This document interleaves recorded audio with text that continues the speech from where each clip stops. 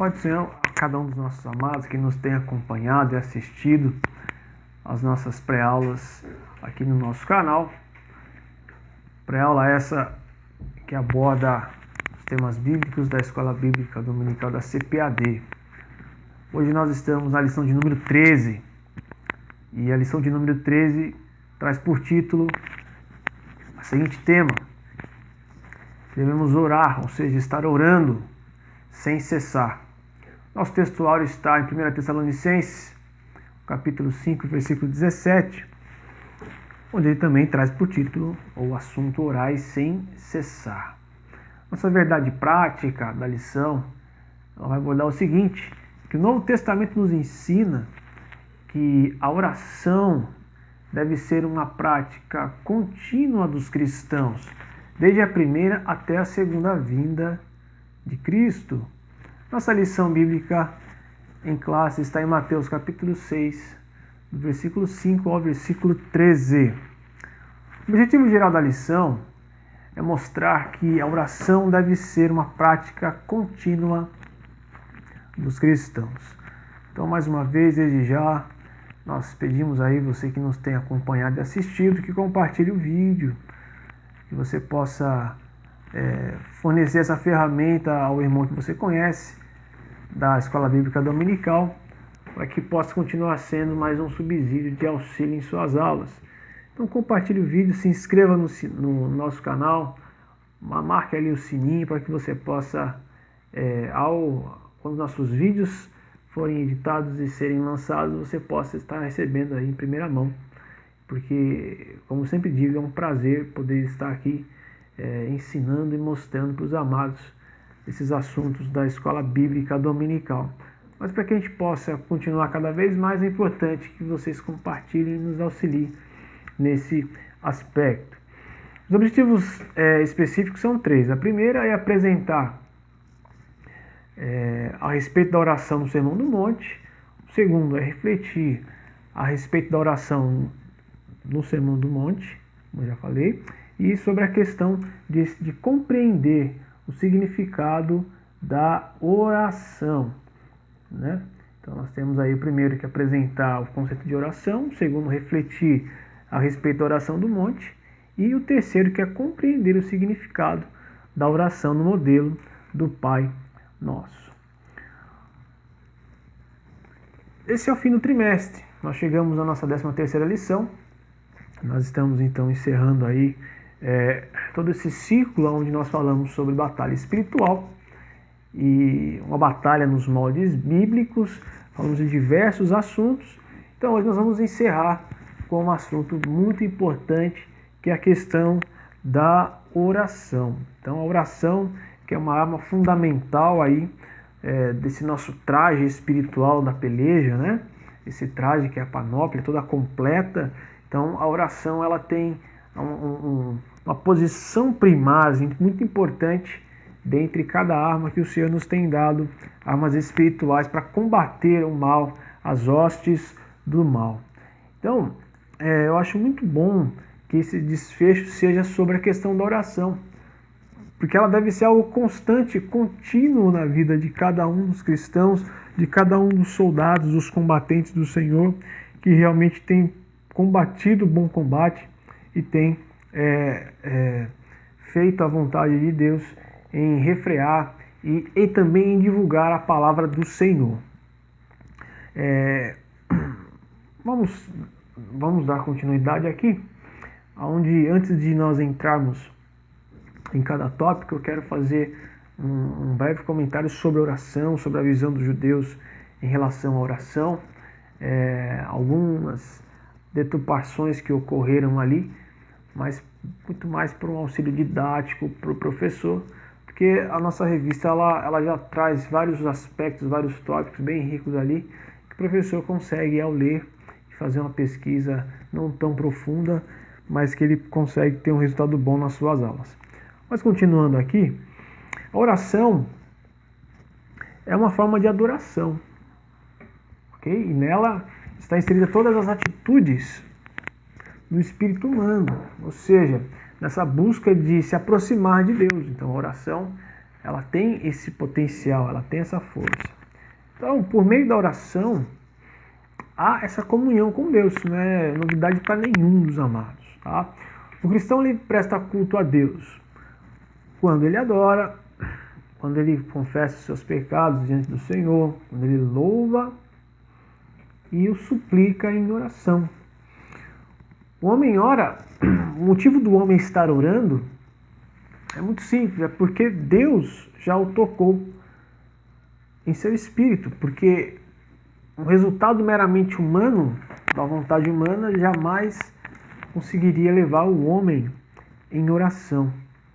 Então, ou seja, todos que oram, todos que buscam, é porque o próprio Deus já tocou em seu coração, o Espírito Santo já tocou, ele compreende que isso é muito bom e por essa questão ele ora, ou seja, é uma atitude dos verdadeiros adoradores.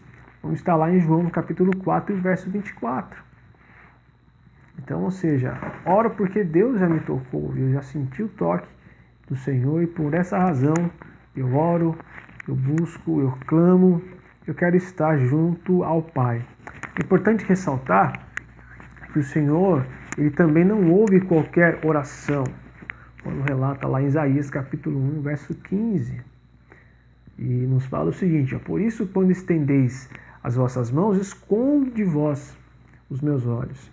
E ainda que multipliqueis as vossas orações, não as ouvirei, porque as vossas mãos estão cheias de sangue.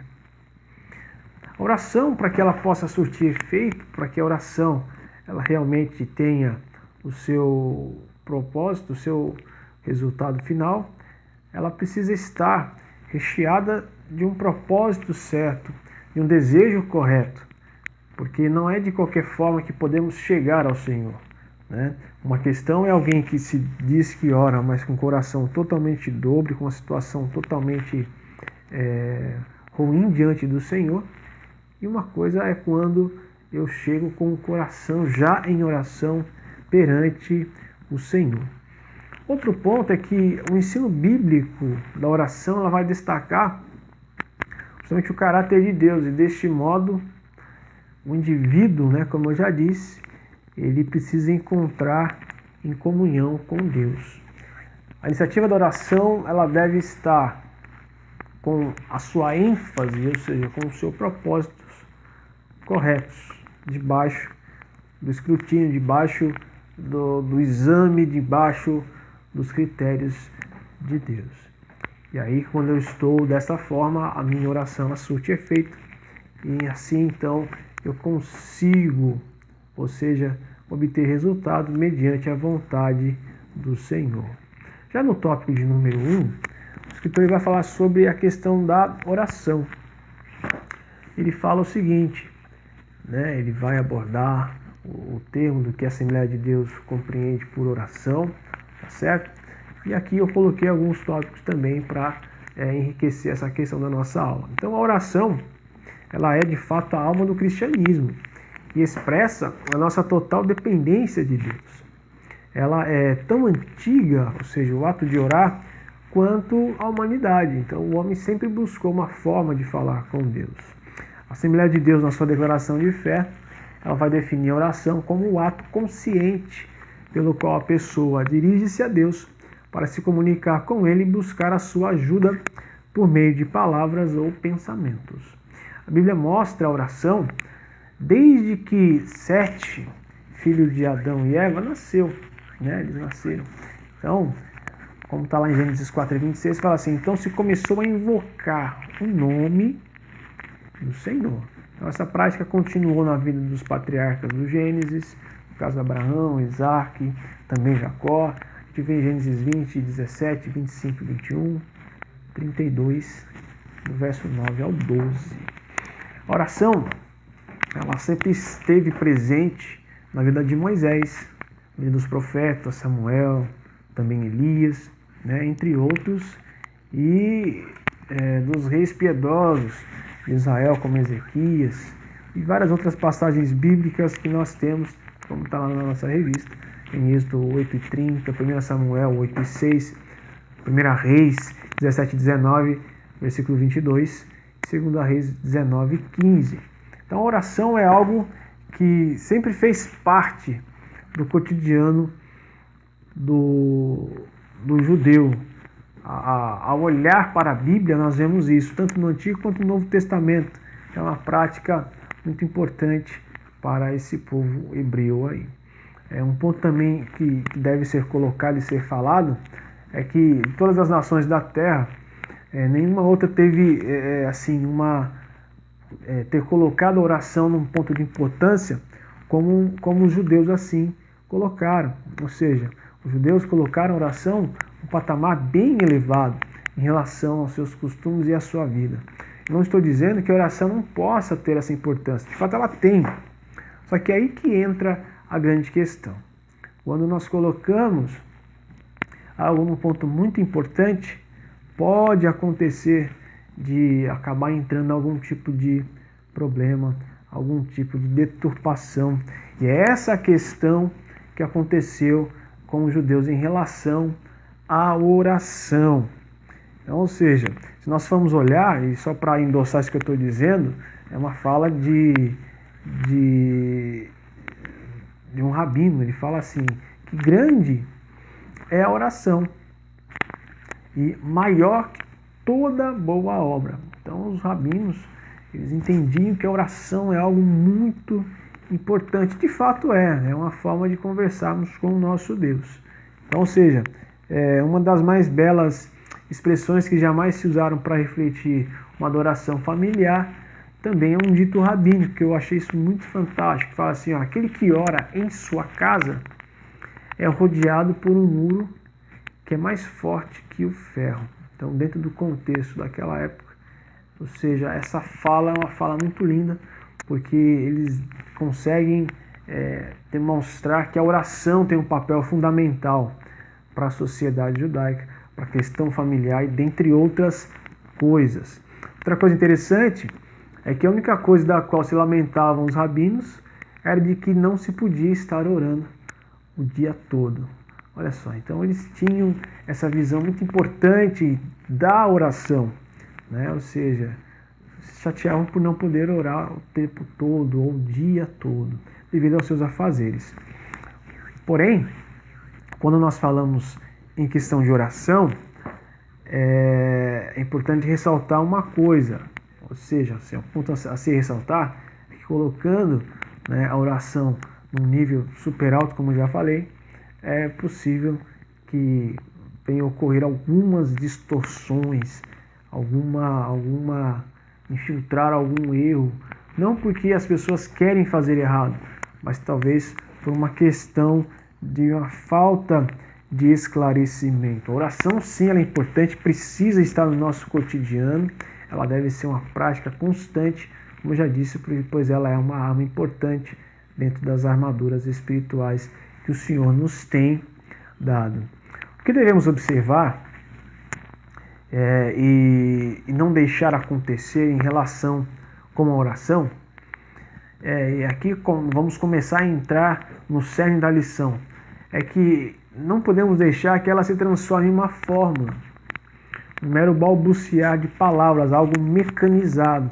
É sobre essa questão que nós vamos abordar. Então, Cristo, ele jamais proibiu a oração em certos lugares, Cristo jamais enfatizou que a oração deveria ser feita tão somente em um único lugar.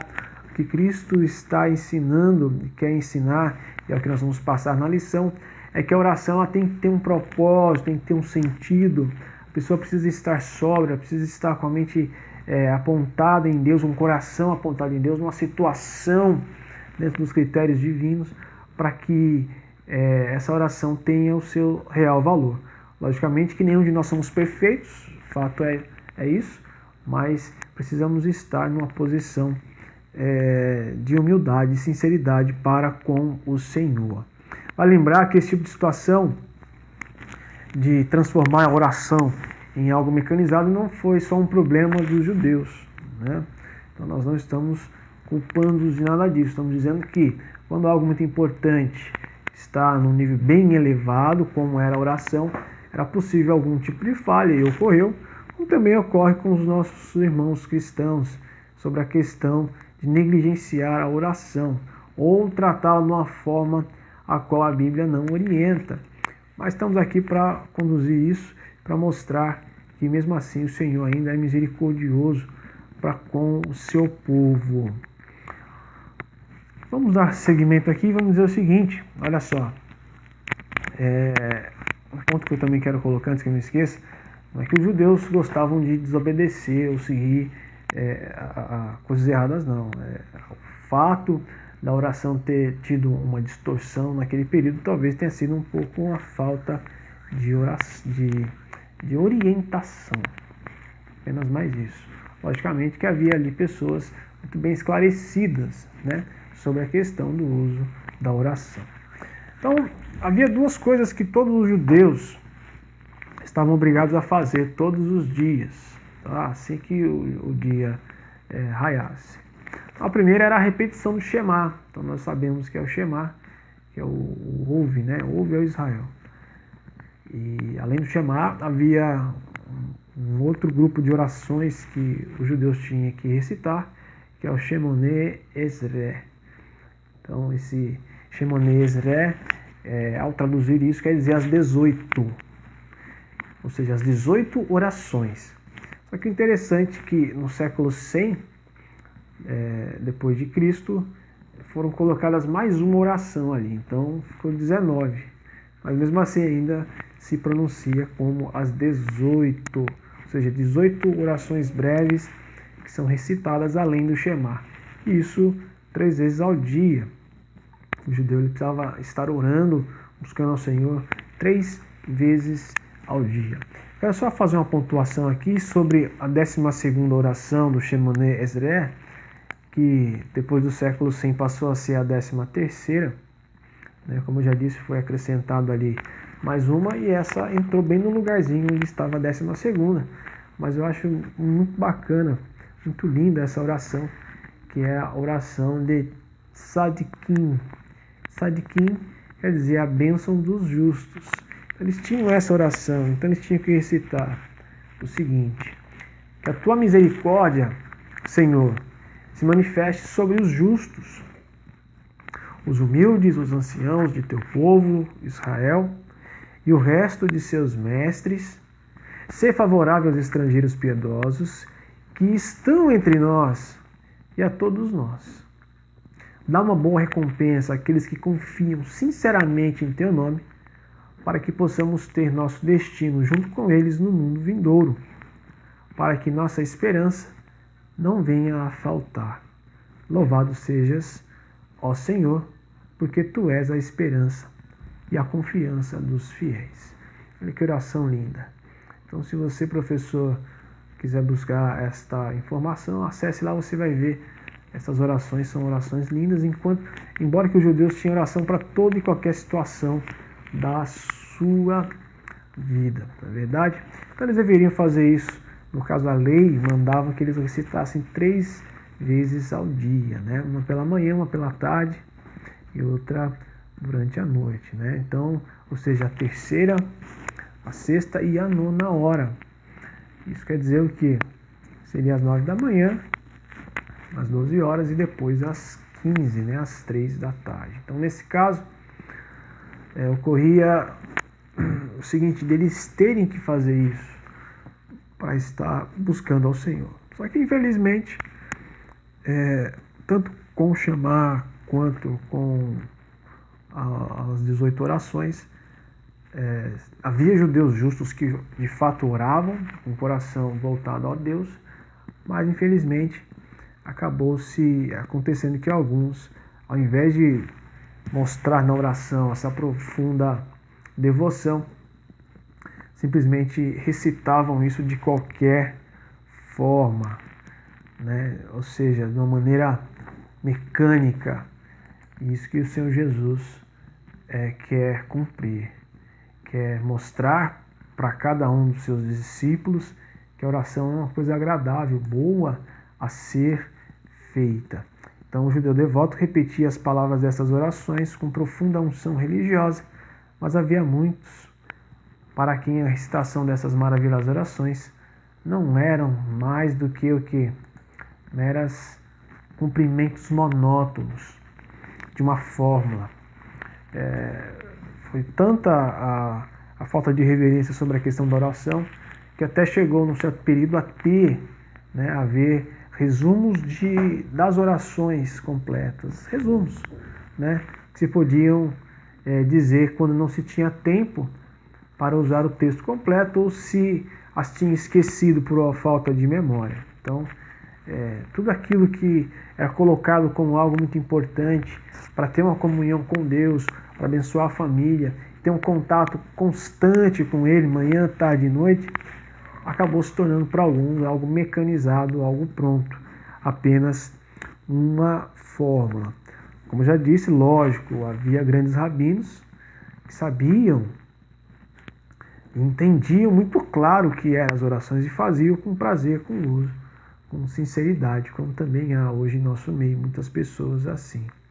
Ou seja, eles também até ensinavam o seguinte: se alguém disser suas orações como se estivessem cumprindo uma obrigação desagradável, ou seja, eles ensinavam, não era uma oração, ou seja, a pessoa não estava orando, ou seja, porque a oração, antes de você passar a pronunciar qualquer palavra, o seu coração já deve estar em oração. Então não considere a oração como um dever formal, mas sim como um ato de humildade, mediante o qual obterá a misericórdia de Deus. Para nós continuarmos aqui, darmos seguimento à nossa lição, eu também quero colocar algum outro tópico aqui. Embora que para o judeu, quando eles iam orar, havia uma posição. Eles sempre oravam em pé, né, com os braços estendidos, não é isso?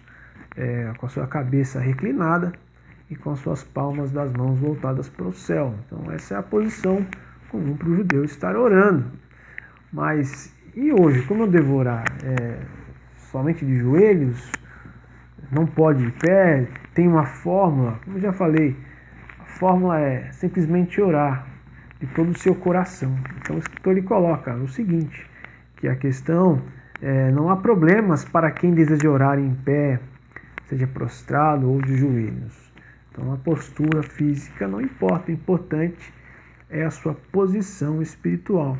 Nós temos lá em 1 Tessalonicenses 5,17, que foi o que nós lemos logo de princípio, 1 Samuel capítulo 1, do verso 9 ao 10, Neemias 8,6, 1 Reis 8,54. Ou seja, a minha posição diante do Senhor, que ela deve ser de maior importância. No tópico de número 2, a oração no Sermão do Monte, o que vemos aqui no Sermão do Monte é o Senhor Jesus corrigindo as distorções que havia no judaísmo sobre a questão da oração. Pois como vimos, tudo isso que eu acabei de falar, que por mais que o sistema de oração fosse muito lindo e muito com um propósito, com uma ideia boa, acabou se distorcendo. E é isso que o Sermão do Monte ele quer corrigir. Jesus não estava proibindo que as pessoas orassem nas ruas, nas praças ou nas sinagogas. Mas pela lei, devia orar-se chegada a hora, em qualquer lugar onde o judeu piedoso estivesse, se encontrasse. Só que a questão é o seguinte, é que era muito fácil para alguns estar exatamente na hora da oração nesses lugares públicos. Para o quê? Para demonstrar ou tentar mostrar para essas pessoas que era uma pessoa de oração. Mas na verdade o que essa pessoa queria é simplesmente se enaltecer mediante as demais pessoas para tentar dizer que era uma pessoa piedosa, uma pessoa religiosa. Ou seja, ela estava ostentando a sua religiosidade ao estar na hora da oração mediante a essas pessoas. Então, ou seja, essas horas era muito comum, né, em alguma rua central ou em alguma praça cheia de gente, alguém se colocar de pé e começar a orar para simplesmente mostrar que era uma pessoa piedosa. Também era muito comum que uma pessoa vaidosa pudesse estar de pé ali nas escalinatas do templo, ali mostrando ser alguém piedoso, sendo que na verdade não era. Então, ou seja, era muito fácil fingir piedade, ou é muito fácil fingir piedade quando os outros estão olhando, né? E como já foi colocado, orar em público ou na congregação não é errado. 1 Timóteo 2:1 você trata isso. Ou seja, quando eu quero agradecer um alimento, seja em público ou reservado, João 6,11, ou ainda ao buscar auxílio de Deus, né? João 11, 41, verso 42, e Atos dos Apóstolos 27, 35. Então, todos os versículos bíblicos, professor, depois dá uma pausa aí, verifica, leia, só não cito por conta do nosso tempo. Mas é muito errado orar em público, pega isso para você, ó, se não temos o hábito de orar em particular. Então, o que muitos fariseus faziam na época eram exibições para serem elogiados pelo público, ou seja, eles não estavam por conta de Deus, mas sim para se mostrar mediante ao povo. Por isso Jesus disse que em verdade vos digo que já receberam o seu galardão. Então, são essas práticas exibicionistas que Jesus proibiu aos seus discípulos. Não as orações em público ou nas igrejas. Moody, ele destaca algo bem interessante, que a oração particular é o melhor treinamento para a oração pública. Então, Jesus proíbe a ostentação e a hipocrisia. Não há como alguém se mostrar estando no próprio aposento. Ou seja, aí tem que ser ele mesmo em todo o tempo, né? Sozinho, em oração, onde ninguém vai estar vendo. Isso, no entanto, não significa que a oração pode ser feita em secreto. Eu posso e devo orar, tanto em secreto quanto em público, mas com o coração consciente, mediante a onipresença e a onipotência do nosso Deus. Sobre as vãs repetições, Jesus nos instrui com essas palavras: orando, não useis de vãs repetições como os gentios, que pensam que por muito falarem serão ouvidos. Seja entre os gentios, como também entre os judeus, havia uma tendência a fazer orações muito longas. Não é errado orar, fazer uma oração extensa. A questão é quando isso se torna algo mecânico, sem sentido algum. Então, o Rabino Levi disse que quem ora longa e estendidamente será ouvido. Outro dito rabínico afirma o seguinte: quando o justo faz uma oração longa, ele é ouvido. Então, o problema é que existia e ainda existe hoje uma ideia subconsciente de que se eu golpear na porta de Deus durante muito tempo em relação à oração, então Deus vai se sentir incomodado, ele vai ter que nos abençoar. Então, isso é um pensamento errôneo sobre essa questão. Não estou dizendo que Deus só ouve orações curtas. Não é isso que eu estou dizendo que se o meu propósito é esse, de ficar insistindo para que Ele possa nos dar, a oração também não vai surtir efeito. Cada um de nós temos uma oração que sempre repetimos. Então, o fato não é repetir ou se alongar, mas é estar dentro dos requisitos e dos propósitos de Deus, ok? Nós vemos essa questão como algo muito importante a se esclarecer para a igreja, né? Não é um muito ou pouco tempo, mas se eu oro muito com o coração voltado para Deus, amém. Se eu oro um pouco, mas com o coração sincero diante de Deus, também, amém. A questão é que não podemos deixar de orar. Se eu orar muito ou gritar demais fosse uma questão de Deus ouvir, nós vemos ali em Reis, quando vemos ali os profetas de Baal orando, né, e buscando ali o favor dessa divindade. Diz lá em 1 Reis 18:26 que eles gritavam, clamavam por várias horas, né? Atos dos Apóstolos também, 19:34, a gente lê que a multidão gritava ali quase 2 horas sobre a Diana dos Efésios e nada acontece, né? Então a grande questão desse problema que Jesus está tratando aqui é o seguinte, né? Como relata William Barclay: quando se começa a pensar mais em como se está orando do que no que se está comunicando a Deus, então a oração morre nos lábios e se converte em vã retórica, em vã repetição. Deve ficar claro mais uma vez, e eu vou falar mais uma vez, o fato de repetir um pedido não torna uma vã repetição, ok? Então você pode pedir por várias vezes, vários dias, por uma coisa, por alguém, ok? Pois tanto Jesus quanto Paulo repetiu suas petições, suas orações. Mateus 26, 36 ao 46 fala isso, e 2 Coríntios 12, 7 ao 8. Então o pedido torna-se vã repetição quando as palavras não refletem um desejo sincero de buscar a vontade de Deus. A prática de recitar orações memorizadas, aí sim pode se transformar em vã repetição. Sobre a questão do tópico 3 do Pai Nosso, podemos ver na oração do Pai Nosso 3 divisões, como coloca o comentarista ali, sobre Deus, o Deus que nós adoramos, sobre as nossas necessidades, sobre os nossos perigos, como relata o escritor.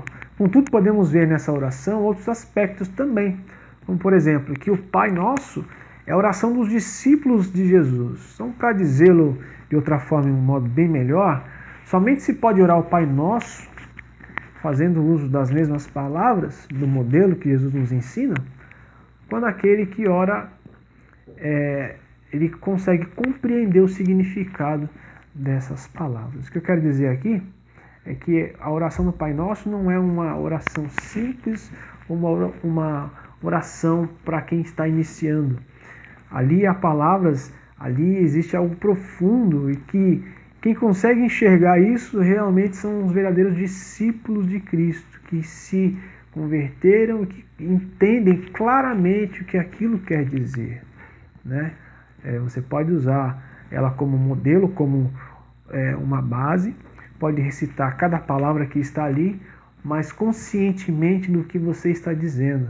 É nesse ponto que eu quero colocar e que eu estou tentando mostrar para você. Outro ponto importante, na oração do Pai Nosso, Deus recebe em primeiro lugar o lugar supremo. E só então nos voltamos para as nossas necessidades e desejos. Então, somente quando se dá a Deus seu lugar próprio, todo o resto passa a ocupar o lugar que lhe corresponde. Então, a oração nunca deve ser um intento de mudar a vontade de Deus para adequá-la aos nossos desejos ou nossos caprichos. Então, na oração, na parte que cabe às nossas necessidades, em primeiro lugar, nós vemos ali que pedimos pão. E ao pedir o pão, ou seja, aquilo que se necessita para o sustento material da vida. Então, ou seja, levando essa necessidade ao trono de Deus. Então, deste modo, as necessidades do presente, né? Também, em segundo lugar, nós pedimos o perdão e pondo deste modo, no caso, o passado ante os olhos de Deus, e da graça perdoadora do Pai.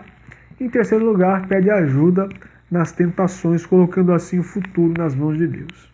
Então, eu fiz essa colocação, primeiro, segundo, terceiro, para apontar o seguinte, que a nossa vida ela precisa estar dentro do plano presente nas mãos do Senhor, sobre as nossas ações, que talvez não tenha agradado a Deus no passado, e também de pedir ao Senhor esse auxílio para que Ele possa nos ajudar mediante as dificuldades. Então, passado, presente e futuro, mediante a graça de Deus. Então, nessas 3 breves petições, elas nos ensinam a colocar o presente, o passado e o futuro ao pé do trono da graça divina do Senhor.